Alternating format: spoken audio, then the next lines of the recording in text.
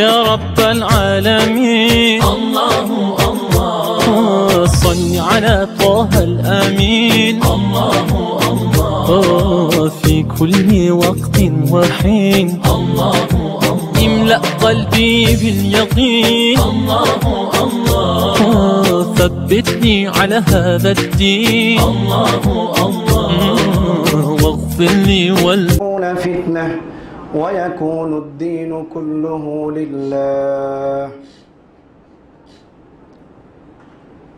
اللهم صل على محمد وعلى آل محمد كما صليت على إبراهيم وعلى آل إبراهيم إنك حميد مجيد. اللهم بارك على محمد وعلى آل محمد كما باركت على إبراهيم وعلى آل إبراهيم إنك حميد مجيد. সকল প্রশংসা মহান আল্লাহ পাক রব্বুল আলামিনের জন্যই। আমরা আল্লাহ সুবহানাহু ওয়া তাআলার কাছে সাহায্য প্রার্থনা করি, আমরা তারই ইবাদত করি। দুরূদ এবং সালাম বর্ষিত হোক বিশ্বনবী মুহাম্মদুর রাসূলুল্লাহ সাল্লাল্লাহু আলাইহি ওয়াসাল্লামের উপর।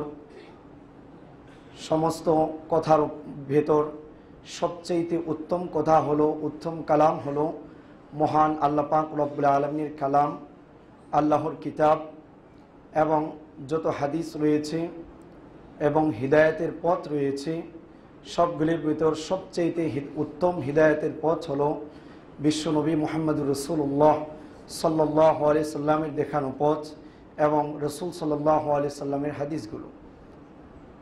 উপস্থিত সম্মানিত ও শ্রদ্ধেয় মুসল্লিবৃন্দ, মহান আল্লাহ পাক রব্বুল আলামিনের দরবারে লাখো কোটি শুকরিয়া যে মহান রব্বুল আলামিনের দয়ায় আমরা এই পৃথিবীর একটি কঠিন মুহূর্তে, যখন মানুষ দুনিয়া ইনকাম নিয়ে ব্যস্ত এবং মানুষ যখন টেকনোলজি নিয়ে এত ব্যস্ত, প্রচণ্ড ভিড়ের ভেতরও ঘেমে ভিজে যাচ্ছে, তারপরেও দেখা যায় মোবাইল নিয়ে খুবই ব্যস্ত। ব্যস্ততার কোনো শেষ নেই। ঠিক প্রচণ্ড ব্যস্ত একটি সময়, এর ভেতর আল্লাহ পাক রব্বুল আলামিন আমাদেরকে বাছাই করে মসজিদে উপস্থিত করেছেন জুমার সালাত আদায়ের জন্য। সেই জন্য আমরা সকলেই আন্তরিকভাবে শুকরিয়া আদায় করে বলি আলহামদুলিল্লাহ।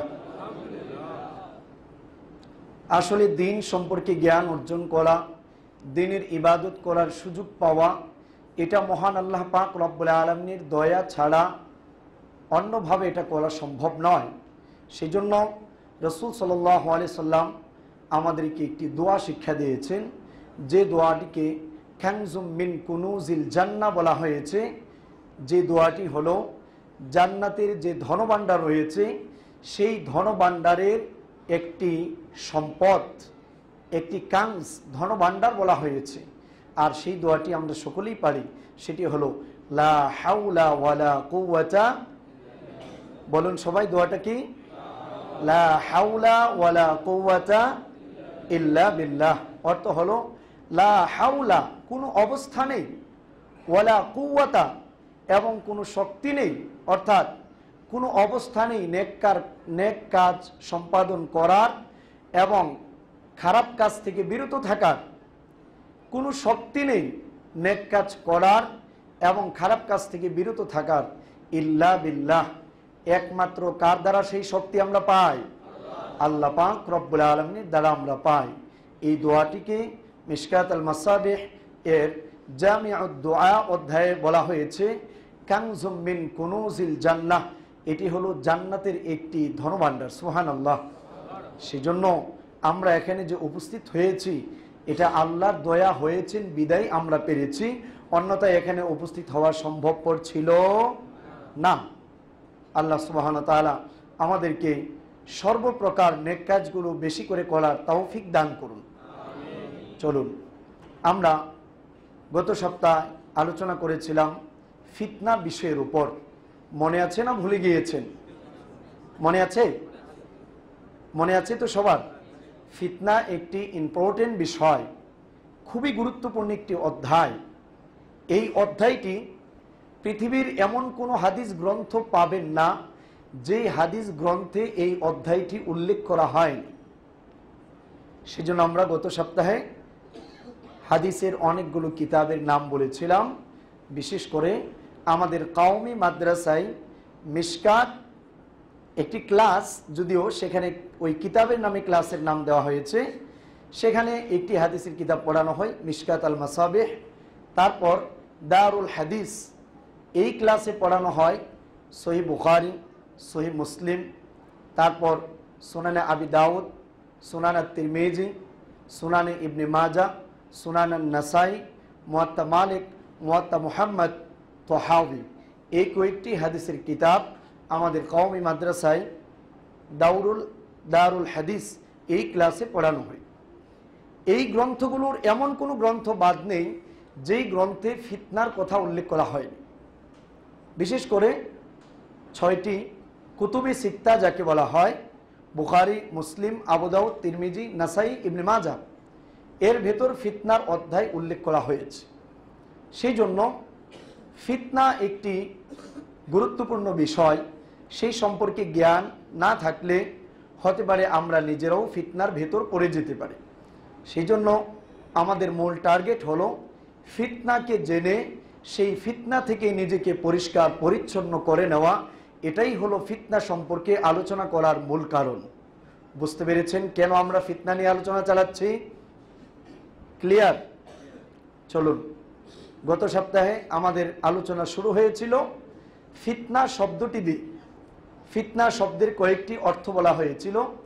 যেহেতু কোরআনুল কারীমের প্রায় 28টি আয়াতে ফিতনা শব্দটি উল্লেখ করা হয়েছে। কয়টি আয়াতে উল্লেখ করা হয়েছে? আমি আবার রিপিট করছি স্মরণ থাকার জন্য, কারণ ইম্পর্টেন্ট বিষয়। সর্বমোট কোরআনুল কারীমের কয়টি আয়াতে আল ফিতনা বা ফিতনা শব্দটি ব্যবহার হয়েছে? 28টি আয়াতে ব্যবহার করা হয়েছে। বিভিন্ন জায়গায় বিভিন্ন অর্থ করা হয়েছে। এর মধ্যে আমরা অর্থ বলেছিলাম যে ফিতনার কিছু জায়গায় করা হয়েছে, ফিতনা মানে হলো আল কুফুর ওয়া শিরক, কুফুর এবং শিরক। ফিতনা মানে হলো মানুষকে পথভ্রষ্ট করা। ফিতনা মানে হলো দাঙ্গা হাঙ্গামা সৃষ্টি করা। ফিতনা মানে হলো পরীক্ষা করা। ফিতনা মানে হলো অন্যকে কষ্ট দেওয়া, মুমিনদেরকে কষ্ট দেওয়া। ফিতনা মানে হলো সমাজে বিপর্যয় সৃষ্টি করা। এই জাতীয় অনেকগুলো আয়াত আমরা আপনাদের সামনে উল্লেখ করেছিলাম। উল্লেখযোগ্য আয়াত হিসেবে উল্লেখ করেছিলাম আপনাদের সামনে সূরা আল বাকারা 2 নম্বর সূরার 191, 193 এবং 217 নম্বর আয়াত। এই 3টি আয়াত আমরা উল্লেখযোগ্য হিসেবে আপনাদের সামনে উল্লেখ করেছিলাম।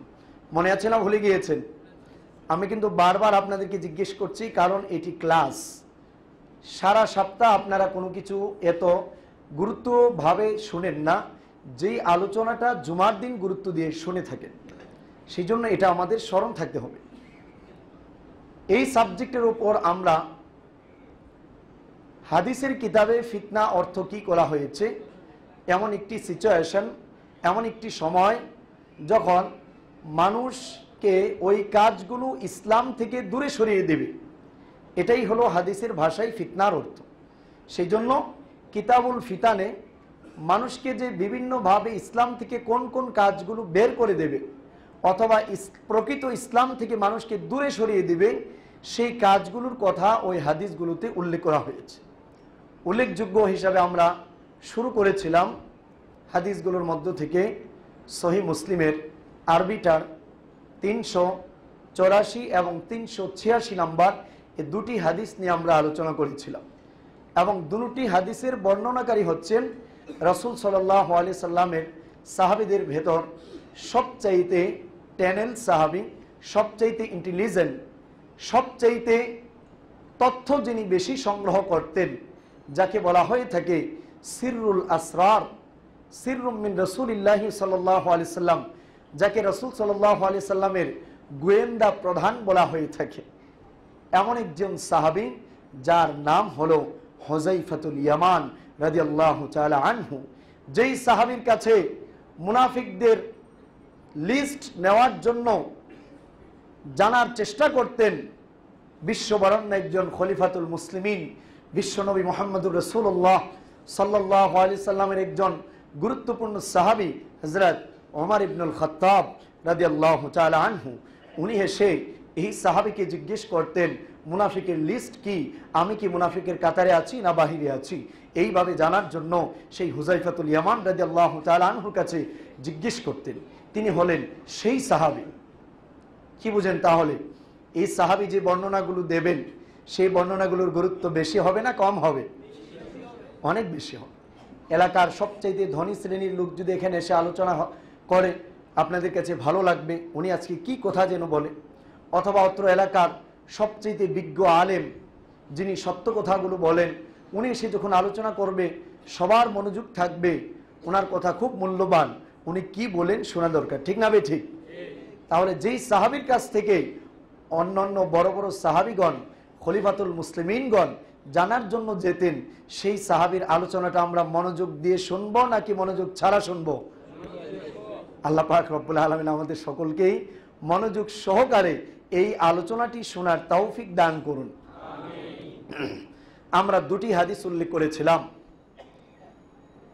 সহিহ মুসলিমের 384 এবং 386, মিশকাত আল মাসাবিহ এর ফিতনা অধ্যায়ের 2য় এবং 3য় নম্বর হাদিস, অর্থাৎ 5379 এবং 81 এই হাদিসগুলো নিয়ে আমরা আলোচনা করেছিলাম।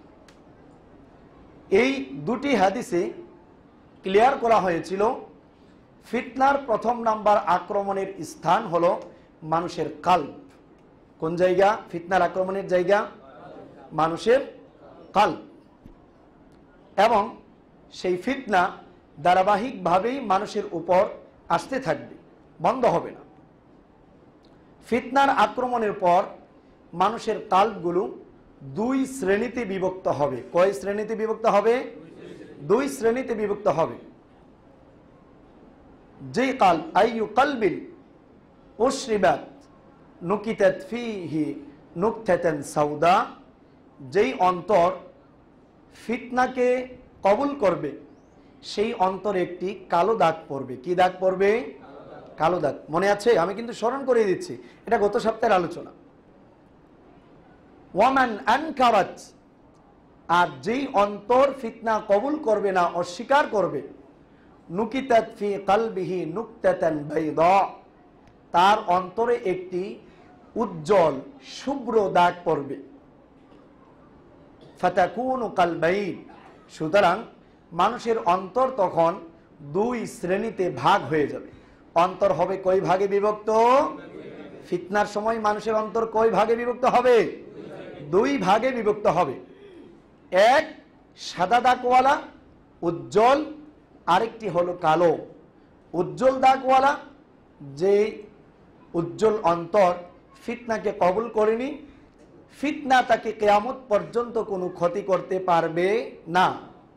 আর যেই অন্তর ফিতনাকে কবুল করে নিয়েছে সেই অন্তরের পরিস্থিতিটা কতটা ভয়ানক হবে আমরা গত সপ্তাহে হাদিসের শেষ অংশটি উল্লেখ করেছিলাম, যে রাসূল সাল্লাল্লাহু আলাইহি সাল্লাম বলেছেন, লা ইয়ারিফুনাল মারুফা ওয়ালাল মুনকার, যেই অন্তর ফিতনাকে কবুল করে নেবে সেই অন্তর কোনটা ভালো কাজ কোনটা খারাপ কাজ সেটা সে চিনবে না। ইল্লা, তবে তার অন্তর, তার মন যা বলে তাকেই সে ভালো মনে করতে থাকবে, অর্থাৎ মন চাহি জিন্দিগি চলবে। ঠিক না ভাই? ঠিক। তাহলে বোঝা যায় ফিতনায় পতিত ব্যক্তি চিনার প্রধান আলামত, প্রধান চিহ্ন, উনি মন গড়া যদি কথা বলে তাহলে 100% আমরা শিওর হব এই লোকটি ফিতনা থেকে বেঁচে গিয়েছে না ফিতনায় পড়ে গিয়েছে। আমার ভাষা বুঝেন নাই? উত্তর দিবেন, উত্তর না দিলে তো ফিলিংস আসবে না, বুঝতে পারবো যে বুঝেন নাই। যেই মানুষ মন গড়া কথা বলবে, হোক সেটা ধর্মের ব্যাপারে অথবা অন্য কোনো ব্যাপারে, তাহলে আমরা কি বুঝতে পারবো এই লোক ফিতনা থেকে বেঁচে রয়েছে না ফিতনায় পড়ে গিয়েছে? আল্লাহ আমাদেরকে মন গড়া কথা বলা থেকে হেফাজত করুন, আমিন। তাহলে ফিতনাবাজ লোক চিনার প্রধান আলামত, প্রধান চিহ্ন হলো মন গড়া কথা বলা, তার মন যাকে ভালো মনে করে তাকেই ভালো মনে করা, আর প্রকৃত ভালো সে যাচাই করতে যাবে না। এই ছিল গত সপ্তাহের আলোচনা। এই ছিল ফিতনায় মানুষ কিভাবে পড়বে এগুলো নিয়ে। তারপর আমরা কিছু পয়েন্ট তুলে ধরেছিলাম ফিতনা থেকে বাঁচার জন্য। আর এই সপ্তাহ মূলত আমরা আলোচনাটাই করব ফিতনা থেকে বাঁচার উপায়গুলো নিয়ে এবং ফিতনার আরও কিছু সিমটম, ফিতনার আরও কিছু চিহ্ন নিয়ে আলামত নিয়ে আলোচনা করব। আরও কিছু বিষয় ফিতনার এই সাবজেক্টগুলো আজকে আসবে, ইনশাল্লাহ উঠে আসবে। আর আজকে আলোচনা করব যে হাদিস, এটিও বর্ণনা করেছেন বিশ্বনবী মুহাম্মদুর রাসূলুল্লাহ সাল্লাল্লাহু আলাইহি সাল্লামের সাহাবী হযরত হুযায়ফাতুল ইয়ামান রাদিয়াল্লাহু তাআলা আনহু। তারপর 2 নম্বর হাদিস আলোচনা করব, যেটি বর্ণনা করেছেন রাসূল সাল্লাল্লাহু আলাইহি সাল্লামের একজন সাহাবী, যিনি সবচেয়ে বেশি ইলম, বেশি জ্ঞান, বেশি হাদিস বর্ণনা করেছেন। তার নাম হলো হযরত আবু হুরায়রা রাদিয়াল্লাহু তাআলা আনহু। এই 2টি হাদিস নিয়ে আজকে মূলত আমরা আলোচনা করব। মিশকাত আল মাসাবে এর 5382, 5383 এই 2টি হাদিস নিয়ে আমরা আলোচনা করব। সহিহ বুখারীর 3606 নম্বর হাদিস, এই হাদিসটি নিয়ে আমরা আলোচনা করব। এই হাদিসগুলো উল্লেখ করা হয়েছে সহিহ মুসলিমে এবং সুনান আল বাইহাকিতে, দালাইলুন নবুওয়াতে উল্লেখ করা হয়েছে এবং আল জামিউল আহাদিস আল্লামা জালালউদ্দিন সৈয়দ রাহিমাহুল্লাহ একত্রিত করা হাদিস গ্রন্থ, এটাতেও এই হাদিসগুলো উল্লেখ করা হয়েছে। চলুন আমরা ফিতনা থেকে বাঁচার জন্য এই ফিতনার হাদিসগুলো নিয়ে এবার আলোচনায় যাই। বিশ্বনবী মুহাম্মদুর রাসূলুল্লাহ সাল্লাল্লাহু আলাইহি সাল্লামের সাহাবী হযরত হুযায়ফাতুল ইয়ামান রাদিয়াল্লাহু তাআলা আনহু বলেন, কানান নাসু ইয়াসআলুনা রাসূলুল্লাহ সাল্লাল্লাহু আলাইহি ওয়াসাল্লাম আনিল খায়র। মানুষ সকল রাসূল সাল্লাল্লাহু আলাইহি সাল্লামকে জিজ্ঞেস করতেন কল্যাণকর জিনিস সম্পর্কে, ভালো জিনিস সম্পর্কে। ওয়া আনা আসআলু আনিশ শার, আর আমি রাসূল সাল্লাল্লাহু আলাইহি সাল্লামকে জিজ্ঞেস করতাম মন্দ জিনিস সম্পর্কে, খারাপ জিনিস সম্পর্কে। কেন আমি খারাপ জিনিস সম্পর্কে জিজ্ঞেস করতাম? মাখাফাতা আন ইউদরিকানি, এই ভয়ে খারাপটাকে যদি আমি খারাপ বলে না চিনি তাহলে আমাকেও তো খারাপটা পেয়ে বসতে পারে, যাতে করে আমি নিজে খারাপটা থেকে বেঁচে থাকতে পারি। সেই জন্য আমি রাসূল সাল্লাল্লাহু আলাইহি সাল্লামকে মন্দ জিনিসগুলো সম্পর্কে জিজ্ঞেস করতাম। এবার এতটুকুন বলার পর রাসূল সাল্লাল্লাহু আলাইহি সাল্লামের সাহাবী হযরত হুযায়ফাতুল ইয়ামান রাদিয়াল্লাহু তাআলা আনহু রাসূল সাল্লাল্লাহু আলাইহি সাল্লামকে বললেন, ইয়া রাসূলুল্লাহ ইন্না কুন্না ফি জাহিলিয়াতিন ওয়া শাররিন, হে আল্লাহর রাসূল, আমরা ছিলাম একটি মূর্খতার যুগে এবং মন্দ যুগে। ফাজাআনাল্লাহু বিহাদাল খায়র, অতঃপর মহান আল্লাহ পাক রব্বুল আলামিন এই দ্বীন ইসলামের মাধ্যমে আমাদের ভেতর কল্যাণ, ভালো জিনিস নিয়ে আসলেন। সুবহানাল্লাহ। ফাহাল বা'দাল যালিকাল খায়রি শাররুন, ইয়া রাসূলুল্লাহ, এই ভালো যুগের পর, ভালোর পর, কল্যাণের পর কোনো অকল্যাণের আগমন ঘটবে কি? রাসূল সাল্লাল্লাহু আলাইহি সাল্লাম বললেন, নাম, হ্যাঁ, এই ভালোর পর অকল্যাণ বা মন্দর আগমন ঘটবে। এরপর হুযায়ফাতুল ইয়ামান রাদিয়াল্লাহু তাআলা আনহু আবার প্রশ্ন করলেন, ইয়া রাসূলুল্লাহ, ফাহাল বা'দা শাররি খায়রুন, সেই খারাপ বা মন্দের পর আবার কোন কল্যাণ বা ভালো আসবে কি? রাসূল সাল্লাল্লাহু আলাইহি সাল্লাম বললেন, নাম ওয়া ফীহি দাখান, হ্যাঁ, এরপর একটি ভালো যুগ আসবে, কল্যাণ আসবে, কিন্তু ফীহি দাখানুন, সেখানে থাকবে ধোঁয়া, অস্পষ্টতা। সাহাবীর সাথে সাথে প্রশ্ন করলেন, ইয়া রাসূলুল্লাহ, ওয়া মা দাখানু, ধোঁয়া আবার কি জিনিস, অস্পষ্টতা কি জিনিস? রাসূল সাল্লাল্লাহু আলাইহি সাল্লাম স্পষ্ট করে তিনি বলছেন, কওমুন ইয়াস্তান্নুনা বিগাইরি সুন্নতি, ওই ভালো সময়ে এমন কিছু লোকের আবির্ভাব ঘটবে, ইয়াস্তান্নুনা, যারা তরিকা বানাবে, বিগাইরি সুন্নতি, আমি রাসূলের দেখানো সুন্নত ছাড়া, তরিকা ছাড়া তারা অন্য সুন্নতগুলোকে পালন করতে থাকবে। প্রথম নাম্বার, ভালো যুগের অবস্থা হলো এই। ধোঁয়া, অস্পষ্টতাটা কি বলা হচ্ছে? কওমুন ইয়াস্তান্নুনা বিগাইরি সুন্নতি, এমন জাতির আবির্ভাব ঘটবে যারা মানুষদেরকে আমি রাসূল সাল্লাল্লাহু আলাইহি সাল্লামের দেখানো সুন্নাহ বাদ দিয়ে অন্য পথে পরিচালনা করবে, অন্য তরিকা তাদেরকে দেখাবে।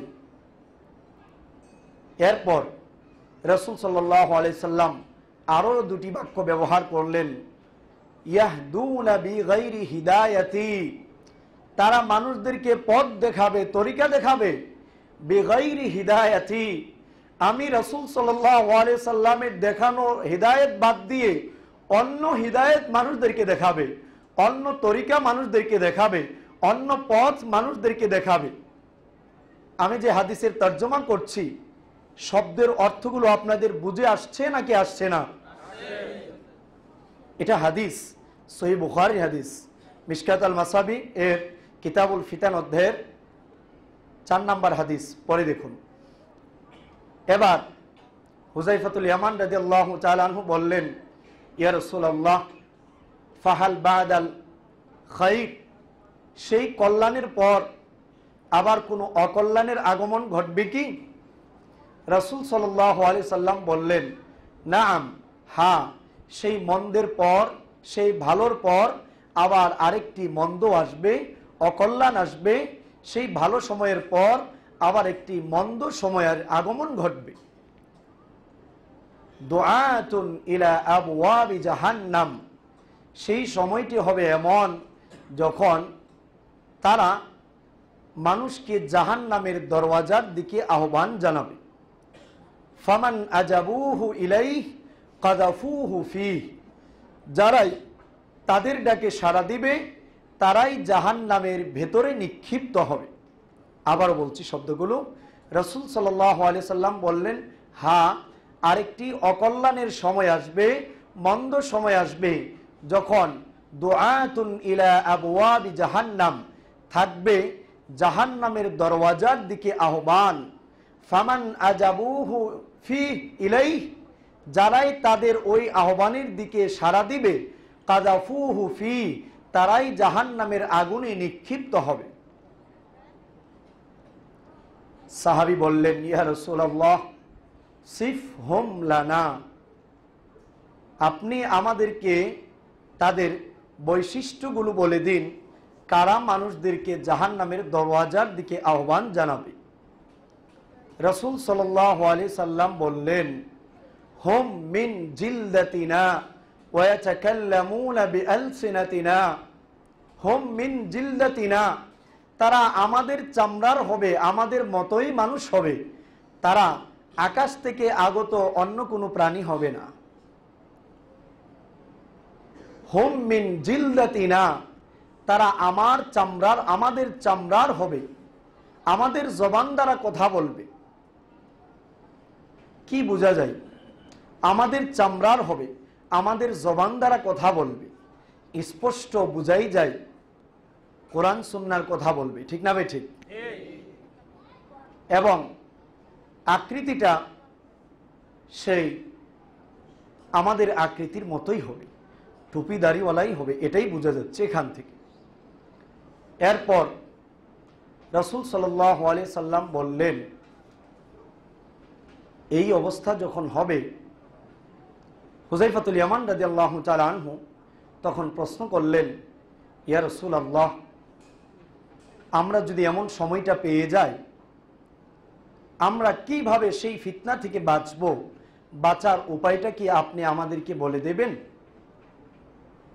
রাসূল সাল্লাল্লাহু আলাইহি ওয়াসাল্লাম বললেন, আলজিম জামাআতাল মুসলিমিনা ওয়া ইমামিহিম, মুসলিমিনদের জামাআত এবং মুসলিমদের ইমাম মুসলিমদের খলিফা হবে কয়জন? খলিফাতুল মুসলিমিন কয়জন হয়? ওমর ইবনুল খাত্তাব রাদিয়াল্লাহু তাআলা আনহুর সময় রাষ্ট্র পরিচালনার জন্য যিনি ইসলামের নেতৃত্ব দিবেন তাকে বলা হয় খলিফাতুল মুসলিমিন। এই খলিফা কয়জন ছিলেন? একজন।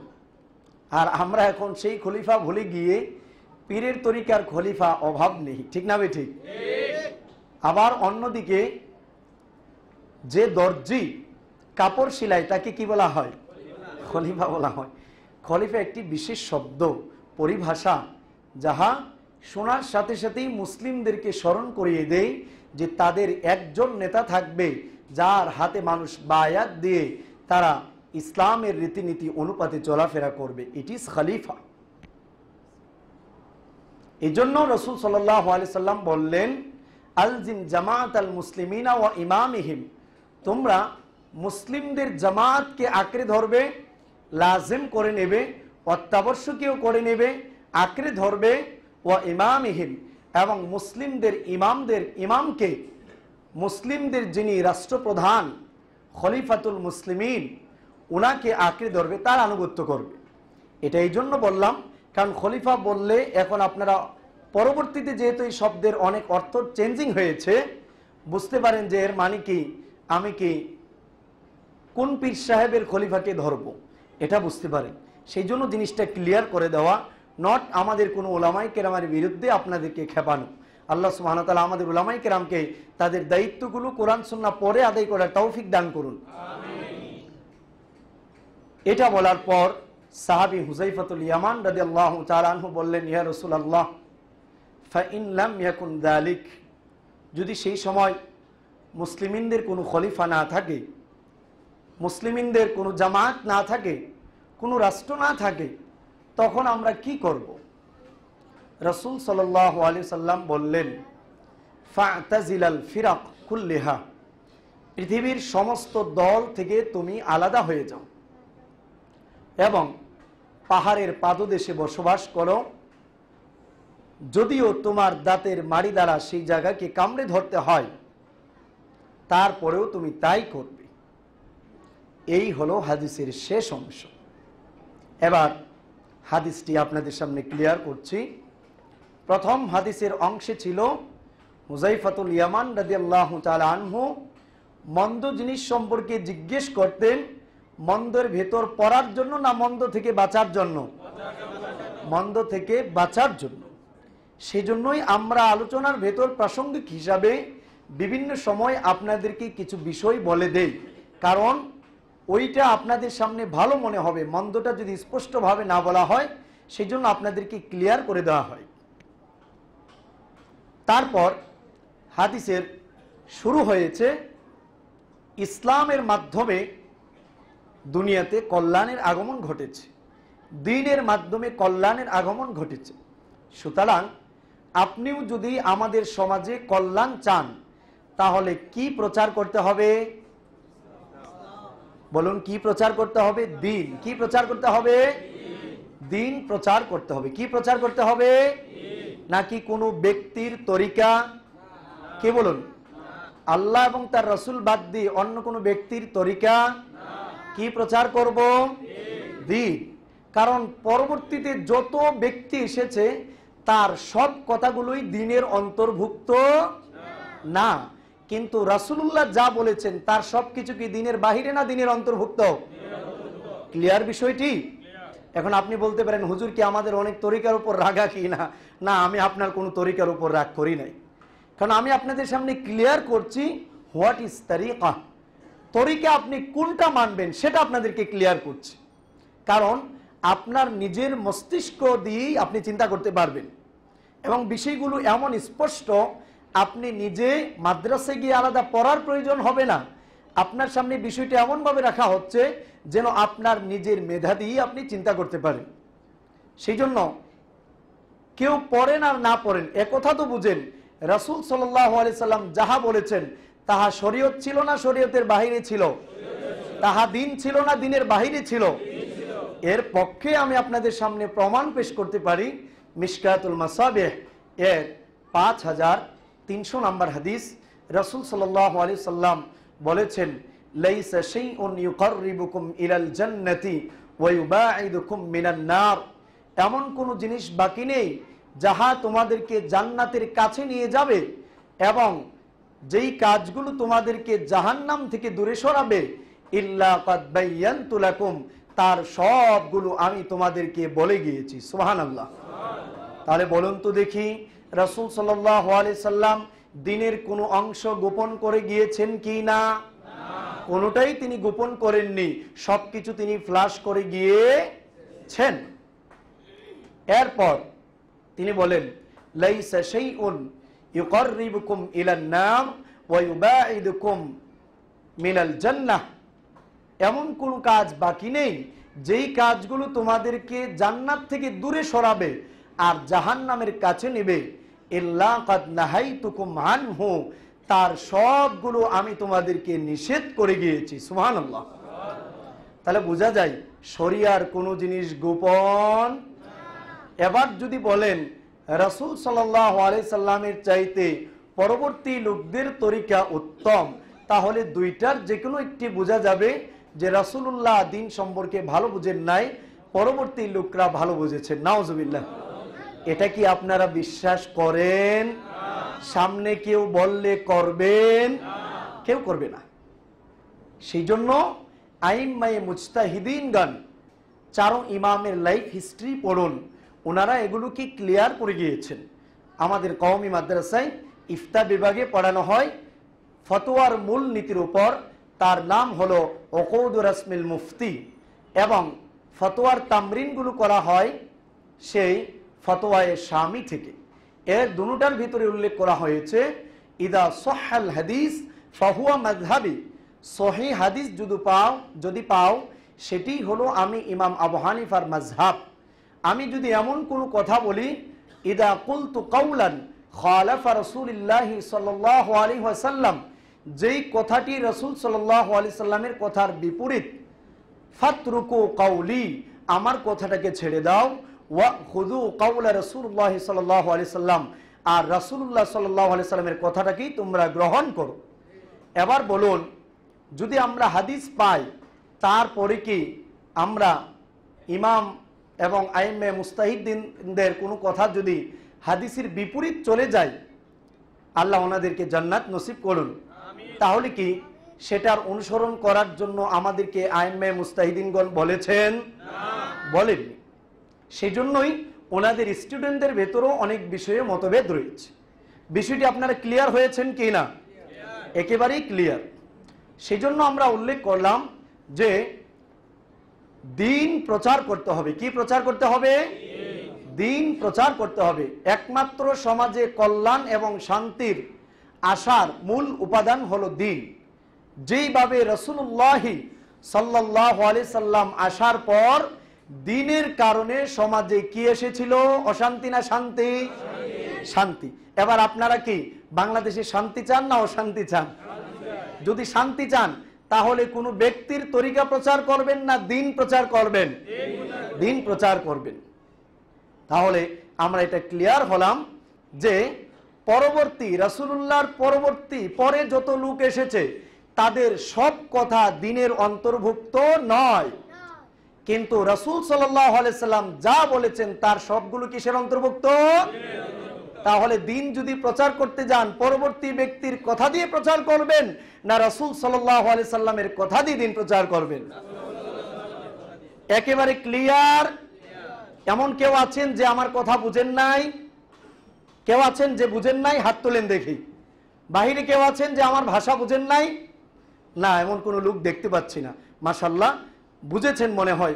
আল্লাহ সুবহানাহু ওয়া তাআলা আপনাদেরকে আরো বেশি করে বুঝার তৌফিক দান করুন এবং আপনাদের প্রত্যেকের মেধাকে দ্বীনের জন্য অনেক অনেক গুণ ভালো করে দিক। চলুন, এই ছিল হাদিসের প্রথম অংশ। তাহলে বোঝা যায় যদি ফিতনা থেকে বাঁচতে চান তাহলে প্রচার করতে হবে কি? ফিতনা থেকে বাঁচার প্রথম নাম্বার উপায়ের নাম কি? কি প্রচার করতে হবে? দ্বীন। এবার দ্বীন শব্দ নিয়ে অনেকের প্রশ্ন থাকতে পারে, মা মায়না দ্বীন, দ্বীন অর্থটা কি? সহিহ বুখারী একটি হাদিস উল্লেখ করা হয়েছে, কিতাবুল ঈমান অধ্যায়ে উল্লেখ করা হয়েছে। আবার কিতাবুল ইল মধ্যেও হাদিসটি উল্লেখ করা হয়েছে। রাসূল সাল্লাল্লাহু আলাইহি সাল্লাম বলছেন, আদ-দীনু আন-নাসিহা, দিন মানে হলো নাসিহা, কল্যাণ কামনা করা। কি কামনা করা? দিন মানে কি কামনা করা? এটা হলো হাদিসের পরিভাষা। আর সূরা আল ইমরান এর 19 নম্বর আয়াতে বলা হচ্ছে, ইন্নাদ-দীনা ইনদাল্লাহিল ইসলাম, জীবন ব্যবস্থা হিসাবে আল্লাহ সুবহানাহু ওয়া তাআলার কাছে গ্রহণযোগ্য জীবন ব্যবস্থার নাম হলো ইসলাম। তাহলে কোরআনে দিন শব্দের অর্থ করা হয়েছে কি? জীবন ব্যবস্থা, ইসলাম। আর রাসূল সাল্লাল্লাহু আলাইহি সাল্লাম এরই প্রাসঙ্গিক হিসাবে বলেছেন, দিন মানে হলো নসিহা, কল্যাণ কামনা করা। তাহলে বলুন তো দেখি, আমরা মানুষ একে অপরের কল্যাণ কামনা করব না অকল্যাণ কামনা করব? তাহলে বোঝা যায়, যেই লোক অন্যের অকল্যাণ কামনা করে, ধ্বংস কামনা করে, প্রকৃতপক্ষে তার ভিতর দিন এখনো আসে নাই। ক্লিয়ার বিষয়টি? বুঝতে পেরেছেন? তাহলে আমাদের অন্তর ভিন্ন ভিন্ন হবে না এক হবে? কল্যাণের ক্ষেত্রে সবাই কল্যাণ চাইবো, ঠিক না? ঠিক মনে থাকবে ইনশাআল্লাহ। ফিতনা থেকে বাঁচার ওয়ে এগুলো হাদিসের নুকাত। এই ছিল প্রথম। 2 নাম্বার, হুযায়ফাতুল ইয়ামান রাদিয়াল্লাহু তাআলা আনহুর প্রশ্নের পর রাসূল বললেন, হ্যাঁ, কল্যাণের পর অকল্যাণ আসবে। তাহলে বোঝা যায় আমাদের সমাজেও অকল্যাণ আসবে কি আসবে না? কারণ অকল্যাণ না আসলে কল্যাণটার শক্তিটা কতটুক এটা বোঝা যায় না। এরপর তিনি জিজ্ঞেস করলেন, সেই অকল্যাণের পর কি কোনো কল্যাণ আসবে? তিনি বললেন, হ্যাঁ, কল্যাণ আসবে, তবে সেখানে থাকবে ধোঁয়া, অস্পষ্টতা। তাহলে বোঝা যায় কল্যাণ আসলেই সেটা না খুঁজে পাওয়া যাবে না, কি করতে হবে? খুঁজতে হবে। ধোঁয়ার ভিতর যদি 5 জন মানুষ থাকেন, একে অপরের ডাক না দিয়ে আপনি আপনার হাত ধরে বলে দিতে পারবেন, নাকি তাকে খুঁজে বের করতে হবে? খুঁজে বের করতে হবে। তাহলে বোঝা যায় কল্যাণ আসবে ঠিক, কিন্তু সেই কল্যাণটা আপনাকে কি করে বের করতে হবে এবং কেমন কল্যাণ সেই কল্যাণের সময় হবে? এমন এক দলের আবির্ভাব ঘটবে যারা মানুষদেরকে রাসূলুল্লাহ সাল্লাল্লাহু আলাইহি সাল্লামের দেখানো সুন্নাহগুলো বাদ দিয়ে অন্য সুন্নাহগুলো মানুষের সামনে উপস্থাপন করবে। তাহলে এবার বলুন, কোনো ব্যক্তি যখন বলবেন এই ইবাদত করলে এই সওয়াব পাওয়া যাবে, এই ইবাদত এভাবে করতে হবে, এটা রাসূলুল্লাহর হাদিস দিয়ে বললে আপনি মানবেন না কোনো ব্যক্তির কথা দিয়ে বললে আপনি মানবেন? কেন?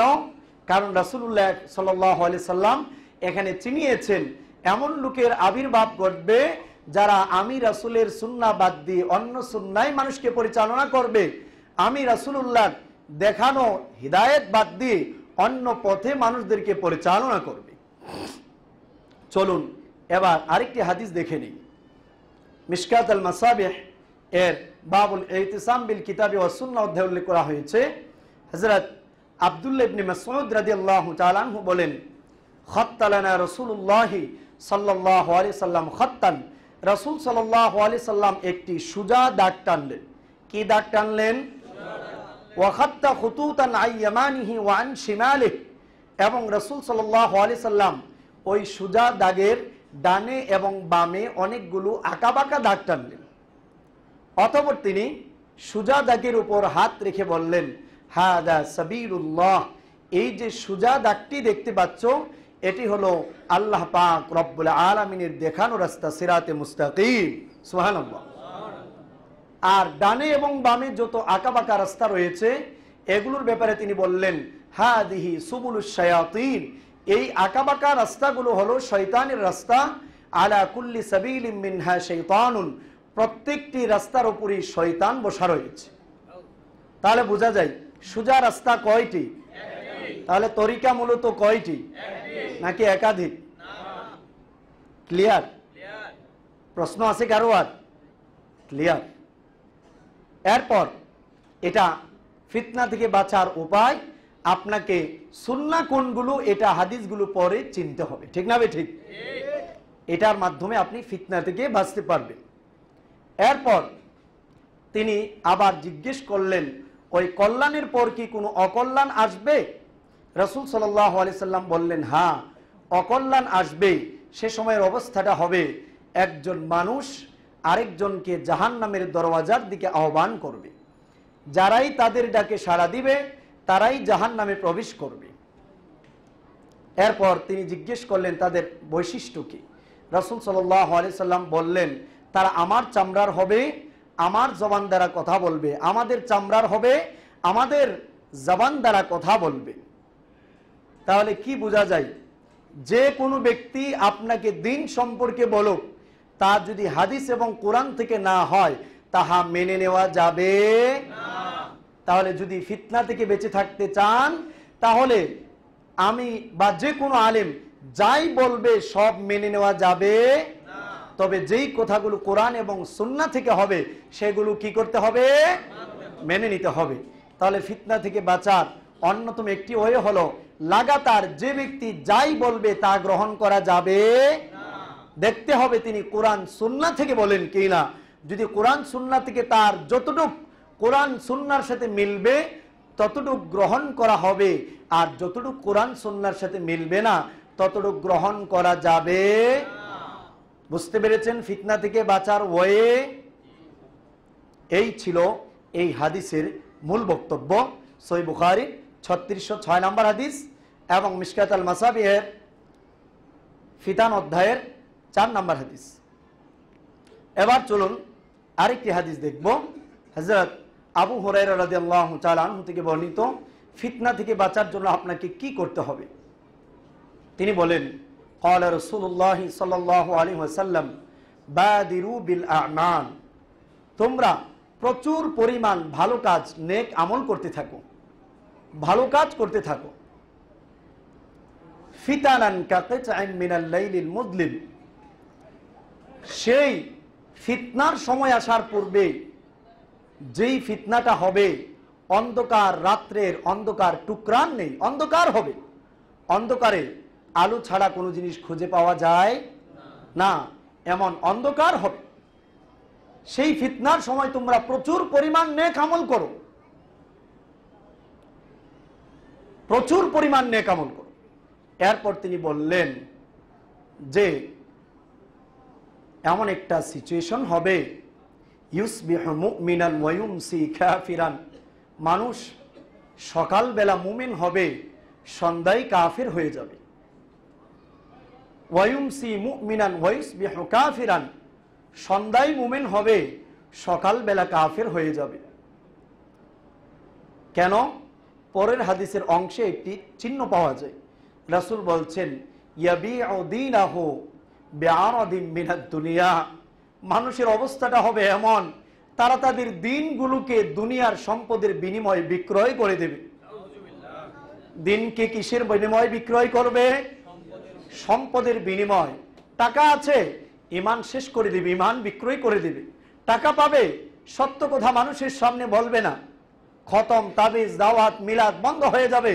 সেই জন্য কোরআন থেকে না বলে সেইগুলোকে জাগিয়ে রাখার জন্য চেষ্টা করবে। ঠিক না বে ঠিক? এগুলো আমাদের সমাজে হচ্ছে কি হচ্ছে না? শুধু এগুলো তো ছোটখাটো বিষয়, এর চাইতে আরো আপার লেভেলের বিষয় সামনে চলে আসে। সেই জন্য ভাইয়েরা আমার, আজকে একজন মানুষ আরেকজন মানুষকে বিশ্বাস করার সুযোগ নেই, বিশ্বাস করতে পারে না, কারণ মানুষ তার দিনকে দুনিয়ার বিনিময়ে বিক্রয় করে দিচ্ছে। ঠিক না বে ঠিক?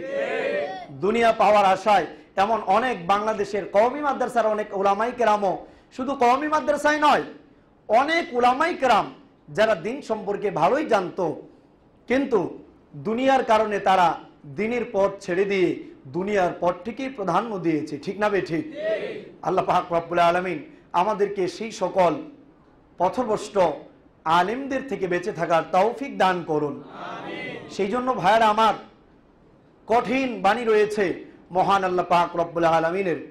তিনি বলেছেন সূরা আল বাকারা এর 174 নম্বর আয়াত, রব্বুল আলামিন বলেন, ইন্নাল্লাযীনা ইয়াকতুমুনা মা আনজালাল্লাহ, আল্লাহ পাক রব্বুল আলামিন তার কিতাব নাজিল করার পর যারা এগুলোকে গোপন করবে, যারা কিতাব নাজিল হওয়ার পর, কিতাব পাওয়ার পরেও তারা মানুষের সামনে এগুলো প্রকাশ না করে গোপন করবে, তাদের ব্যাপারে আল্লাহ পাক রব্বুল আলামিন বলছেন, উলাইকা মা ইয়াকুলুনা ফি বুতুনিহিম ইল্লান নার, তারা এর বিনিময়ে যে সম্পদ তাদের পেটে দিচ্ছে তাহা তাদের পেটে আগুন ছাড়া আর কিছুই ঢুকাচ্ছে না। তাদের পরিস্থিতিটা কাল কিয়ামতের মাঠে কেমন হবেন? রব্বুল আলামিন বলেছেন, লা ইউকাল্লিমুহুমুল্লাহু ইয়াউমাল কিয়ামা, আল্লাহ পাক রব্বুল আলামিন সেই আলেমের সাথে, সেই বান্দার সাথে কিয়ামতের মাঠে কোনো কথা বলবেন না। 2 নাম্বার, ওয়ালা ইউযাক্কিহিম, তিনি তাদেরকে কোনো পরিশুদ্ধ করবেন না, পরিষ্কার করবেন না। 3 নাম্বার, ওয়ালাহুম আযাবুন আলীম, তাদের জন্য থাকবে কঠিন শাস্তি। সম্মানিত ভাইয়েরা আমার, আজকে আলেম চিনার প্রথম নাম্বার উপায় হলো তার ভেতর দেখবেন আল্লাহ রাব্বুল আলামিনের ভয় আছে কিনা। কারণ আলেম কে কতটুকু পড়া পড়লো এটা দেখে আলেম চিনার জন্য বলা হয়নি। কুরআনুল কারীম সূরা আল ফাতির এর 28 নম্বর আয়াতে আল্লাহ পাক রব্বুল আলামিন বলেছেন, ইন্নামা ইয়াখশাল্লাহা মিন ইবাদিহিল উলামা, আলেমরাই একমাত্র আল্লাহ পাক রব্বুল আলামিনকে ভয় করে। যেই আলেম আল্লাহ রাব্বুল আলামিনকে ভয় করে সে কোরআন এবং সুন্নাহ ছেড়ে নিজের মন গড়া কোনো মতামত প্রকাশ করতে পারে না, কখনো হয় না।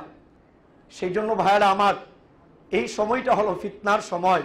ফিতনা থেকে যদি আপনি বাঁচতে চান তাহলে প্রচুর পরিমাণ নেক আমল করতে হবে, দিন প্রচার করতে হবে, সুন্নাহগুলো জেনে সেই সুন্নাহগুলো পালন করতে হবে এবং মিথ্যা দেখানো সুন্নাহগুলোকে, মিথ্যা সুন্নাহ যেগুলো মানুষ সুন্নাহ নাম দিয়ে মানুষের সামনে রেখেছে সেগুলো থেকে বাঁচার জন্য চেষ্টা করতে হবে।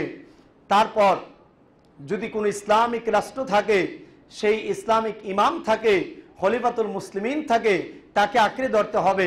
এমনটাও যদি না থাকে সমস্ত তরিকা দলমত থেকে নিজেকে আলাদা করে নিতে হবে, তাহলেই ফিতনা থেকে বাঁচাটা সম্ভব হবে, নতুবা ফিতনা থেকে বাঁচা সম্ভব হবে। আল্লাহ পাক রব্বুল আলামিন আমাদের সকলকেই ফিতনা থেকে বেঁচে থাকার তৌফিক দান করুন। ঠিক এই যে মাস, এই আরবি মাসের নাম কি বলতে পারেন আপনারা? এই আরবি মাসের নাম কি? মুহররম। এই মাসটি হলো 4টি হারাম মাসের একটি মাসের নাম কি? মুহররম। সূরা তাওবা 9 নম্বর সূরার 36 নম্বর আয়াতে দেখবেন আল্লাহ পাক রব্বুল আলামিন বলেছেন, পৃথিবী এবং আকাশ সৃষ্টির পর থেকেই আল্লাহর কাছে মাস ছিল 12টি। কয়টি মাস? এর মধ্যে আরবাআতুন হুরুম, 4টি মাস হলো হারাম, সম্মানিত মাস। এই মাসগুলোতে কেউ কাউকে গালি দেওয়া যাবে না, যুদ্ধ করা যাবে না, মারামারি করা যাবে না, পরস্পর হিংসা বিদ্বেষ রাখা যাবে না। এই মাসে যদি কোনো পাপ কাজ করা হয় তাহলে অন্য 8টা মাসের তুলনায় আরো বেশি পাপ হবে। সেই জন্য এই মাসে মুহররম, এই 4টি হারাম মাস হলো মুহররম, জিলকাদ, জিলহজ, রজব। কয়টা মাস বলুন তো দেখি? হারাম মাস কয়টি? কে কি বলুন তো দেখি? মুহররম, জিলকাদ, জিলহজ, এরপর রজব। এই 4টি মাসে এই কাজগুলো করা যাবে না। এই মুহররম মাসে কি করব? সহিহ মুসলিম এর 2803 নম্বর হাদিস হযরত আবু কাতাদা রাদিয়াল্লাহু তাআলা আনহু থেকে বর্ণিত। তিনি বলেন, সাওমু ইয়াউমি আশুরা, আশুরার দিন রোজা রাখলে রাসূল সাল্লাল্লাহু আলাইহি সাল্লাম বলেন, আহতাসিবু আন ইউকাফফিরাল্লাহু সানাতা ক্বাবলা, আমি মনে করি আল্লাহ পাক রব্বুল আলামিন সেই রোজার বিনিময় তার পূর্বের 1 বছরের গুনাহগুলোকে আল্লাহ মিটিয়ে দেবেন। এবং সেই রোজা শুধু আশুরা নয়, এরপরে হাদিসে বলা হয়েছে তোমরা ইহুদি খ্রিস্টানদের বিপরীত করো, 9-10 অথবা 10-11। কয়টা রোজা রাখতে হবে? 2টা রোজা। কিন্তু এই মাসকে অনেকে অশুভের মাস মনে করে। এই মাসে অনেকে বিবাহ শাদী এগুলো বন্ধ রাখে। গত 3-4 দিন যাবৎ ফোনের জ্বালাই থাকতে পারছিলাম না, শুধু বিবাহর ডেট এই মাসে বন্ধ হচ্ছে। এই জন্য এগুলো বিদআত, এগুলো থেকে বেঁচে থাকতে হবে। এর জন্য মন গড়া মতামত এটা ফিতনার অন্তর্ভুক্ত বুঝতে হবে। ফিতনায় পতিত ব্যক্তির প্রধান আলামত তিনি মন গড়া কথা বলেন কি না, ঠিক না ভাই? ঠিক। তাহলে যে কেউ কোনো কথা বলবে ধর্মের বিষয়ে তাকে আগে জিজ্ঞেস করবেন, ভাইজান আপনি কোরআন সুন্নাহ পড়ে বলছেন নাকি না পড়ে বলছেন। যদি বলে আমাদের কি জ্ঞান কম আছে, ভাই জ্ঞান কম নাই, আপনি অনেক জ্ঞানী মানুষ, তবে আপনি ফিতনার ভেতর পাটা দিয়ে রেখেছেন, ঠিক না বে ঠিক? তাহলে বোঝা যায় মন গড়া ইসলামের ব্যাপারে কথা চলবে না, জেনেই বলতে হবে। আল্লাহ পাক রব্বুল আলামিন আমাদের সকলকেই এই মুহররম মাসের মর্যাদা বজায় রাখার তৌফিক দান করুন। এই মাসে হাই হুসাইন বলা এবং বুক চাপড়ানো, ব্লেড দিয়ে পিঠ কাটা, এটা ইসলামের শরিয়ার কোনো জিনিস নয়। সহিহ মুসলিমের হাদিস, রাসূল সাল্লাল্লাহু আলাইহি সাল্লাম বলেছেন, মান শাক্কা, যে ব্যক্তি তার শরীর ছিঁড়লো এবং গাল চাপড়ালো, ফালাইসা মিন্না, এমন ব্যক্তি আমি রাসূলুল্লাহর উম্মত হতে পারে না। তাহলে এই দিন উপলক্ষে হাসান হুসাইন রাদিয়াল্লাহু তাআলা আনহুমা অবৈজন শাহাদাত বরণ করেছেন। আমরা তাদেরকে ভালোবাসি, আল্লাহ পাক রব্বুল আলামিন তাদের মর্যাদা আরো বাড়িয়ে দেন। কিন্তু ওনাদের শাহাদাত উপলক্ষে আপনাকে বিদআত করার জন্য কখনোই বলা হয়নি, এটা আমাদের দেশের অতীব বাড়াবাড়ি। সেই জন্য সমস্ত বিদআতগুলো বর্জন করতে হবে, শিরকগুলো বর্জন করতে হবে, ফিতনা থেকে বাঁচার জন্য সর্বাত্মক চেষ্টা করতে হবে। আল্লাহ পাক রব্বুল আলামিন যে ওয়েগুলো কোরআনুল কারীমে এবং রাসূল সাল্লাল্লাহু আলাইহি সাল্লাম হাদিসে ফিতনা থেকে বাঁচার জন্য যতগুলো রাস্তার কথা বর্ণনা দিয়েছেন, সব রাস্তাগুলো অবলম্বন করে আমাদেরকে এই ফিতনার সময়ে ফিতনা থেকে বাঁচার তৌফিক দান করুন। আমিন। আউযু বিল্লাহি মিনাশ শাইতানির রাজীম। বিসমিল্লাহির রহমানির রহিম। ইয়া আইয়ুহাল্লাযীনা আমানু ইসতাঈনু বিস-সাবরি ওয়াস-সালাহ ইন্নাল্লাহা মা'আস-সাবিরিন। বারাকাল্লাহু লানা ওয়া লাকুম ফিল কুরআনিল আযীম ওয়া নাফা'না ইয়্যায়া ওয়া ইয়্যাকুম বিয-যিকরিল আয়াতিল হাকীম।